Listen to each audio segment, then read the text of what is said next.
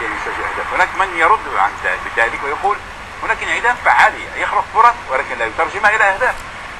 Claro, no, estamos hablando de la primera parte. نعم نتحدث عن الشوط الأول.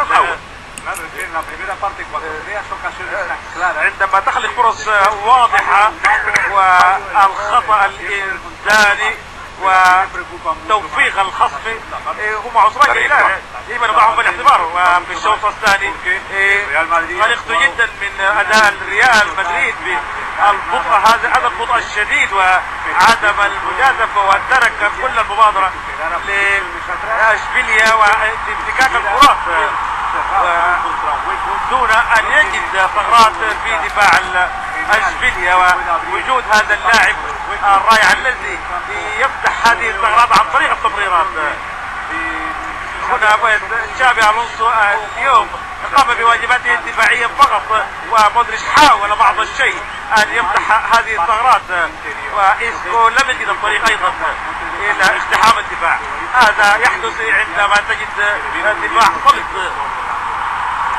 وعلى كل حال اشبيليا لعبت اليوم مباراة جيدة من الناحية الدفاعية وبتنظيم دفاعي مثالي، وأفضل دفاع مثل باتيو وإنبيا وإيبورا بوسط الملعب وفي الكرات العالية. المدريد اكتفى فقط في الكرات العرضية بحثا عن من يستغلها، والراكد كان